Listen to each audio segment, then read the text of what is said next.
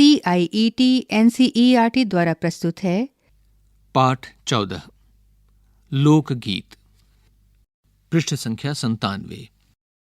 लोकगीत अपनी लोच, ताजगी और लोकप्रियता में शास्त्रीय संगीत से भिन्न हैं। लोकगीत सीधे जनता के संगीत हैं। घर, गांव और नगर की जनता के गीत हैं ये। इनके लिए साधना की जरूरत नहीं होती। त्योहारों और विशेष अवसरों पर ये गाए जाते हैं। सदा से ये गाए जाते रहे हैं और इनके रचने वाले भी अधिकतर गांव के लोग ही हैं। स्त्रियों ने भी इनकी रचना में विशेष भाग लिया है। ये गीत बाजों की मदद के बिना ही या साधारण ढोलक, झांझ, करताल, बांसुरी आदि की मदद से गाए जाते हैं। एक समय था जब शास्त्रीय संगीत के सामने इनको हेय समझा जाता था। अभी हाल तक इनकी बड़ी उपेक्षा की जाती थी। पर इधर साधारण जनता की ओर जो लोगों की नजर फिरी है, तो साहित्य और कला के क्षेत्र में भी परिवर्तन हुआ है। अनेक लोगों ने विविध बोलियों के लोक साहित्य और लोकगीतों के संग्रह पर कमर बांधी है और इस प्रकार के अनेक संग्रह अब तक प्रकाशित भी हो गए हैं। पृष्ठ संख्या 98। लोकगीतों के कई प्रकार हैं। इनका एक प्रकार तो बड़ा ही ओजस्वी और सजीव है। यह इस देश के आदिवासियों का संगीत है। मध्य प्रदेश, दक्कन, छोटा नागपुर में गोंड खांड, उरांव मुंडा, भील संथाल आदि फैले हुए हैं, जिनमें आज भी जीवन नियमों की जकड़ में बंध न सका और निर्द्वंद्व लहराता है। इनके गीत और नाच अधिकतर साथ साथ और बड़े बड़े दलों में गाए और नाचे जाते हैं। 20-20, 30-30 आदमियों और औरतों के दल एक साथ या एक दूसरे के जवाब में गाते हैं। दिशाएं गूंज उठती हैं। पहाड़ियों के अपने अपने गीत हैं। उनके अपने अपने भिन्न रूप होते हुए भी अशास्त्रीय होने के कारण उनमें अपनी एक समान भूमि है। गढ़वाल, किन्नौर, कांगड़ा आदि के अपने अपने गीत और उन्हें गाने की अपनी अपनी विधियां हैं। उनका अलग नाम ही पहाड़ी पड़ गया है। वास्तविक लोकगीत देश के गांवों और देहातों में हैं। इनका संबंध देहात की जनता से है। बड़ी जान होती है इनमें। चैता, कजरी, बारहमासा, सावन आदि मिर्जापुर, बनारस और उत्तर प्रदेश के पूर्वी और बिहार के पश्चिमी जिलों में गाए जाते हैं। बाउल और भटियाली बंगाल के लोकगीत हैं। पंजाब में माहिया आदि इसी प्रकार के हैं। हीर रांझा, सोहनी महिवाल संबंधी गीत पंजाबी में और ढोला मारू आदि के गीत राजस्थानी में बड़े चाव से गाए जाते हैं। इन देहाती गीतों के रचयिता कोरी कल्पना को इतना मान न देकर अपने गीतों के विषय रोजमर्रा के बहते जीवन से लेते हैं, जिससे वे सीधे मर्म को छू लेते हैं। उनके राग भी साधारणतः पीलू, सारंग, दुर्गा, सावन, सोरठ आदि हैं। कहरवा, बिरहा, धोबिया आदि देहात में बहुत गाए जाते हैं और बड़ी भीड़ आकर्षित करते हैं। इनकी भाषा के संबंध में कहा जा चुका है कि ये सभी लोकगीत गांवों और इलाकों की बोलियों में गाए जाते हैं। इसी कारण ये बड़े आह्लादकर और आनंददायक होते हैं। राग तो इन गीतों के आकर्षक होते ही हैं। इनकी समझी जा सकने वाली भाषा भी इनकी सफलता का कारण है। पृष्ठ संख्या 99। भोजपुरी में करीब 30-40 वर्षों से विदेशिया का प्रचार हुआ है। गाने वालों के अनेक समूह इन्हें गाते हुए देहात में फिरते हैं। उधर के जिलों में, विशेषकर बिहार में, विदेशिया से बढ़कर दूसरे गाने लोकप्रिय नहीं हैं। इन गीतों में अधिकतर रसिक प्रियों और प्रियाओं की बात रहती है, परदेशी प्रेमी की, और इनसे करुणा और विरह का रस बरसता है। जंगल की जातियों आदि के भी दल गीत होते हैं, जो अधिकतर बिरहा आदि में गाए जाते हैं। पुरुष एक ओर और स्त्रियां दूसरी ओर एक दूसरे के जवाब के रूप में दल बांधकर गाते हैं और दिशाएं गुंजा देते हैं। पर इधर कुछ काल से इस प्रकार के दलीय गायन का ह्रास हुआ है। एक दूसरे प्रकार के बड़े लोकप्रिय गाने आल्हा के हैं। अधिकतर ये बुंदेलखंडी में गाए जाते हैं। आरंभ तो इसका चंदेल राजाओं के राजकवि जगनिक से माना जाता है, जिसने आल्हा ऊदल की वीरता का अपने महाकाव्य में बखान किया, पर निश्चय ही उसके छंद को लेकर जनबोली में उसके विषय को दूसरे देहाती कवियों ने भी समय समय पर अपने गीतों में उतारा, और ये गीत हमारे गांवों में आज भी बहुत प्रेम से गाए जाते हैं। इन्हें गाने वाले गांव-गांव ढोलक लिए गाते फिरते हैं। इसी की सीमा पर उन गीतों का भी स्थान है जिन्हें नट रस्सियों पर खेल करते हुए गाते हैं। अधिकतर ये गद्य पद्यात्मक हैं और इनके अपने बोल हैं। पृष्ठ संख्या 100। अनंत संख्या अपने देश में स्त्रियों के गीतों की है। हैं तो ये गीत भी लोकगीत ही, पर अधिकतर इन्हें औरतें ही गाती हैं। इन्हें सिरजती भी अधिकतर वही हैं। वैसे मर्द रचने वालों या गाने वालों की भी कमी नहीं है, पर इन गीतों का संबंध विशेषतः स्त्रियों से है।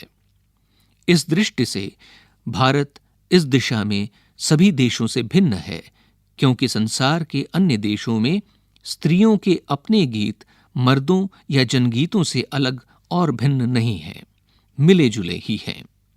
त्योहारों पर नदियों में नहाते समय के, नहाने जाते हुए राह के, विवाह के, मटकोड़, ज्योनार के, संबंधियों के लिए प्रेमयुक्त गाली के, जन्म आदि सभी अवसरों के अलग अलग गीत हैं जो स्त्रियां गाती हैं। इन अवसरों पर कुछ आज से ही नहीं, बड़े प्राचीन काल से वे गाती रही हैं। महाकवि कालिदास आदि ने भी अपने ग्रंथों में उनके गीतों का हवाला दिया है। सोहर, बानी, सेहरा आदि उनके अनंत गानों में से कुछ हैं। वैसे तो 12 मासे पुरुषों के साथ नारियां भी गाती हैं। पृष्ठ संख्या 101। एक विशेष बात यह है कि नारियों के गाने साधारणतः अकेले नहीं गाए जाते, दल बांधकर गाए जाते हैं। अनेक कंठ एक साथ फूटते हैं। यद्यपि अधिकतर उनमें मेल नहीं होता, फिर भी त्योहारों और शुभ अवसरों पर वे बहुत ही भले लगते हैं।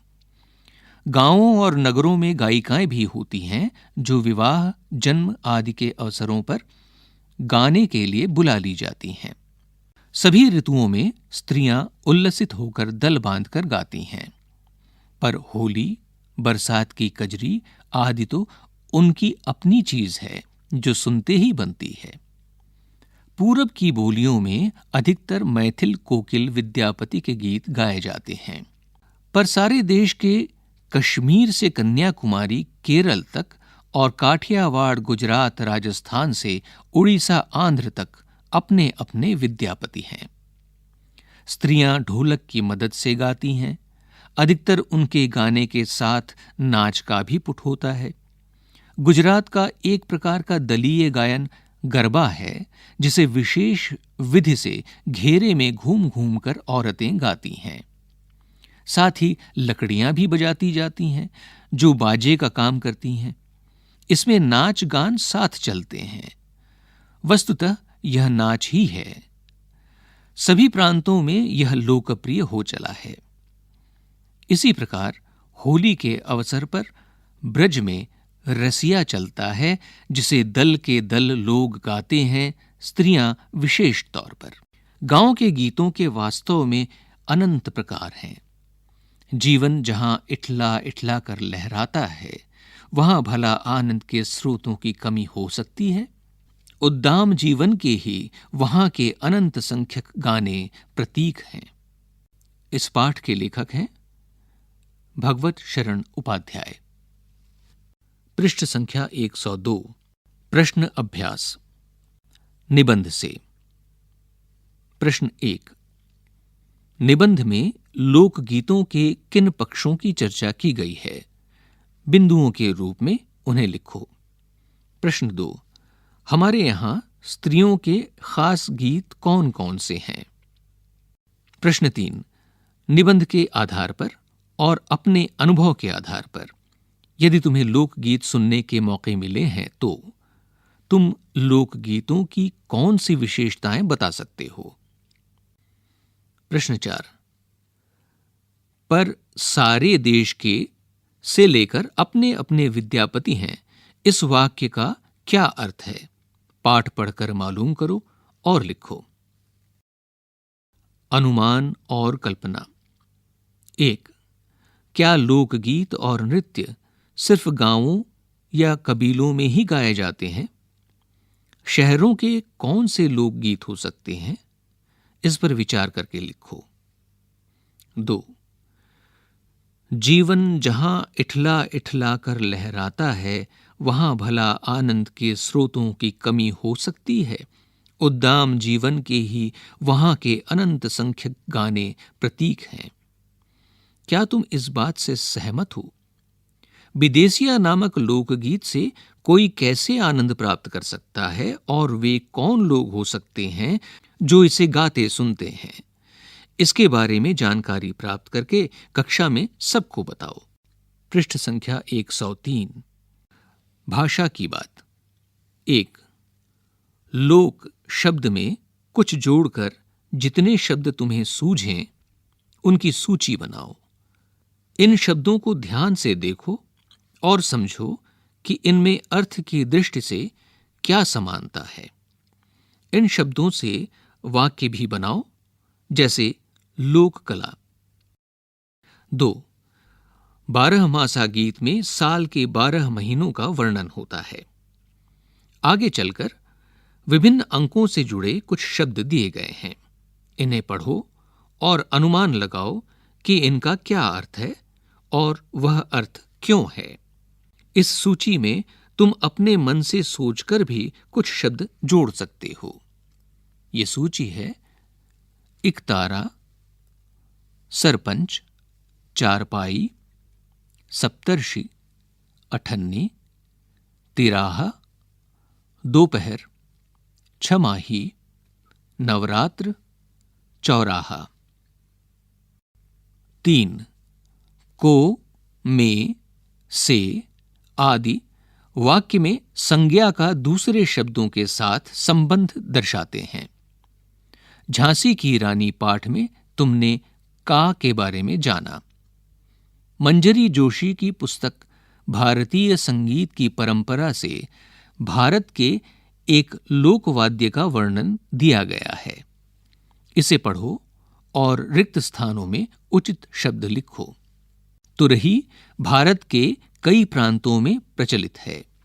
यह दिखने रिक्त स्थान अंग्रेजी के एस या सी अक्षर रिक्त स्थान तरह होती है। भारत रिक्त स्थान विभिन्न प्रांतों में पीतल या कांसे रिक्त स्थान बना यह वाद्य अलग अलग नामों रिक्त स्थान जाना जाता है। धातु की नली रिक्त स्थान घुमाकर एस रिक्त स्थान आकार इस तरह दिया जाता है कि उसका एक सिरा सकरा रहे और दूसरा सिरा घंटी नुमा चौड़ा रहे। फूंक मारने रिक्त स्थान एक छोटी नली अलग रिक्त स्थान जोड़ी जाती है। राजस्थान रिक्त स्थान इसे बरगू कहते हैं। उत्तर प्रदेश रिक्त स्थान यह तूरी, मध्य प्रदेश और गुजरात रिक्त स्थान रणसिंघा और हिमाचल प्रदेश रिक्त स्थान नरसिंहा रिक्त स्थान नाम से जानी जाती है। राजस्थान और गुजरात में इसे काकड़ सिंघी भी कहते हैं। भारत के मानचित्र में भारत के नक्शे में पाठ में चर्चित राज्यों के लोकगीत और नृत्य दिखाओ। कुछ करने को। 1. अपने इलाके के कुछ लोकगीत इकट्ठा करो। गाए जाने वाले मौकों के अनुसार उनका वर्गीकरण करो। 2. जैसे जैसे शहर फैल रहे हैं और गांव सिकुड़ रहे हैं, लोकगीतों पर उनका क्या असर पड़ रहा है। अपने आसपास के लोगों से बातचीत करके और अपने अनुभवों के आधार पर एक अनुच्छेद लिखो। 3.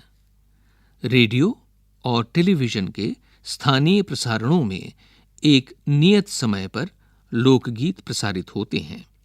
इन्हें सुनो और सीखो। पाठ समाप्त। पृष्ठ संख्या 104। केवल पढ़ने के लिए 2 हरियाणवी लोकगीत। ऋतुगीत। सावण में सूखे रह गए गिरधर बिन भाग म्हारे, श्याम घटा घन गहर सी आवे, देख लहर पै लहर सी आवे, हमें कृष्ण बिन कहर सी आवे, आगे फेर सलोनो आती, हमें श्याम बिन वृथा लगाती, गंगा दास लेस न पाती, हम मोह सिंधु में बह गए, कहो धोवें दाग हमारे। संत गंगादास 1823 से 1913। विदाई गीत। काहे को ब्याही विदेश रे, लखी बाबुल मेरे, हम हैं रे बाबुल मुंडेरे की चिड़ियां, कंकरी मारे उड़ जाएं रे, लखी बाबुल मेरे। हम हैं रे बाबुल चूर्णे की गौएं, जिधर हाको हक जाएं रे, लखी बाबुल मेरे। घर भी सूना आंगन भी सूना, लाडो चली पिता घर त्याग, घर में तो उसके बाबुल रोवें, अम्मा बहन उदास। कोठे के नीचे से निकली पलकिया, आम नीचे से निकला है डोला, भैया ने खाई है पछाड़। ये एक पारंपरिक गीत है। अभी आप सुन रहे थे ये पाठ। प्रस्तुति CIET NCERT नई दिल्ली, भारत।